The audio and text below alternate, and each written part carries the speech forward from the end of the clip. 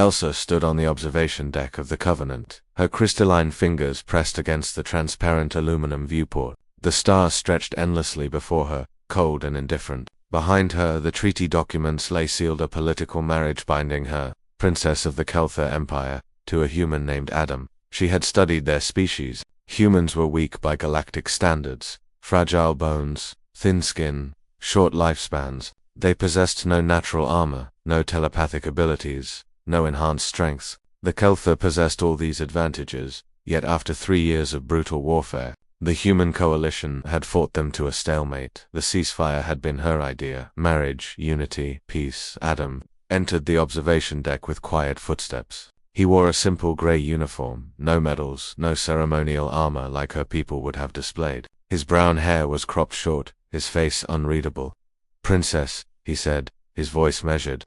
"Commander," she replied, using his military title. "We dock at Kelthar Prime in 6 hours, I know."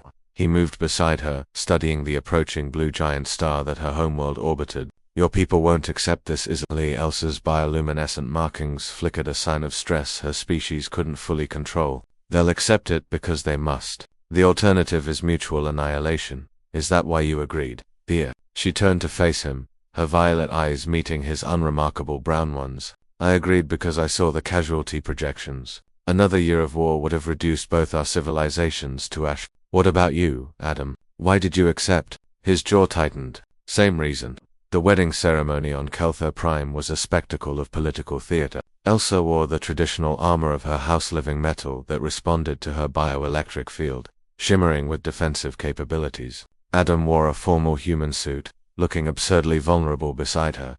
The first 3 months were tense but uneventful. They maintained separate quarters in the palace, met for diplomatic functions, and slowly learned each other's languages and customs. Elsa found Adam frustratingly difficult to read. He trained every morning in the palace gymnasium, maintained rigid routines, and rarely showed emotion.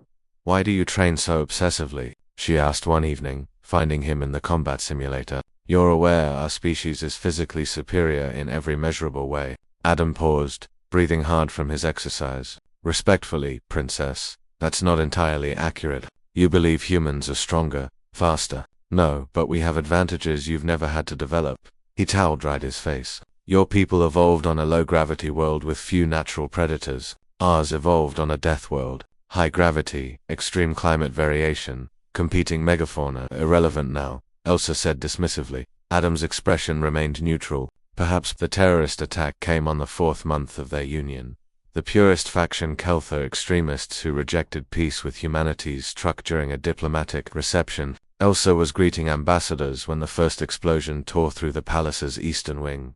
Her security detail immediately surrounded her, their armor activating full combat protocols. Through the chaos, she saw Adam 20 meters away, separated by panicking civilians and falling debris. Then the second wave hit. Insurgents poured through, breached walls, 12 of them, heavily armed with plasma weapons and wearing powered X. They moved toward Elsa with lethal precision, her guards engaged, their superior armor and weapons meeting the attackers. But these weren't ordinary terrorists. They had military-grade equipment and training. Elsa activated her own armor's defensive capabilities, the living metals spreading across her body. She reached for her ceremonial blade and then she saw Adam move. He didn't run toward safety. He ran toward the insurgents. His movements were unlike anything she'd witnessed in combat simulations. He zigzagged through plasma fire with impossible timing, as if predicting each shot's trajectory. He vaulted over debris, using the environment with practiced efficiency. An insurgent-empowered armor turned to intercept him. The Kelthaurus' enhanced strength could have crushed Adam with a single blow. Adam slid beneath the attack, grabbed a piece of fallen rebar, and drove it through the armor's vulnerable joint with surgical precision. The insurgent collapsed. "Humans studied your armor for 3 years," Adam said calmly, already moving to the next target. "We know every weakness." What followed wasn't just fighting, it was systematic dismantlement. Adam moved like liquid violence, exploiting every gap in Kelthar armor, every split second of overconfidence from opponents who assumed physical superiority guaranteed victory. He used their strength against them, redirecting attacks, turning their own weapons back on them. When one insurgent grabbed him, intending to crush his spine, Adam went limp, dropped his weight, and twisted in a way that leveraged the attacker's grip to dislocate. his own shoulder, which he immediately popped back into place while simultaneously disarming his opponent. Elsa watched, transfixed and horrified, as her husband disabled 8 insurgents in under 3 minutes. Her elite guards, bred for warfare, genetically enhanced and armor-clad, had barely managed to handle 4. The remaining insurgents attempted retreat. Adam let them go, then immediately began treating wounded civilians with efficient medical knowledge. Later, in the secure medical bay, Elsa found him having his minor injuries treated. "You lied to me," she said quietly. "No, I told you humans have advantages. You're not a diplomat, you're a soldier." Adam met her eyes. "I'm both. Like you're both a princess and a warrior. Our intelligence said you were a mid-level fleet coordinator. Your intelligence was fed what we wanted you to see." He stood, refusing further medical treatment despite the medics' protests. "During the war, I commanded the 9th Ghost Brigade. We specialized in asymmetric warfare against superior forces."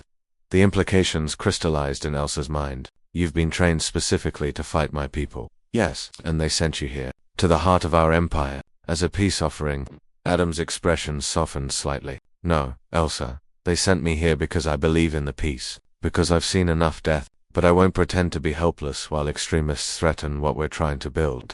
Elsa's bioluminescent markings flickered not with stress this time, but with something else. "Respect, perhaps, or the beginning of understanding. Your species survived 3 years against us, not because you're strong," she said slowly, "but because you refuse to accept that you can't win. We call it stubbornness, adaptability, spite." Adam smiled, the first genuine smile she'd seen from him, depending on who you ask. For the first time since their arranged marriage, Elsa smiled back. Perhaps this human was exactly what her empire needed. Not a symbol of weakness accepted in defeat, but a reminder that strength came in forms her people had never been forced to comprehend. Peace, she realized, might actually work not despite their differences, but because of them.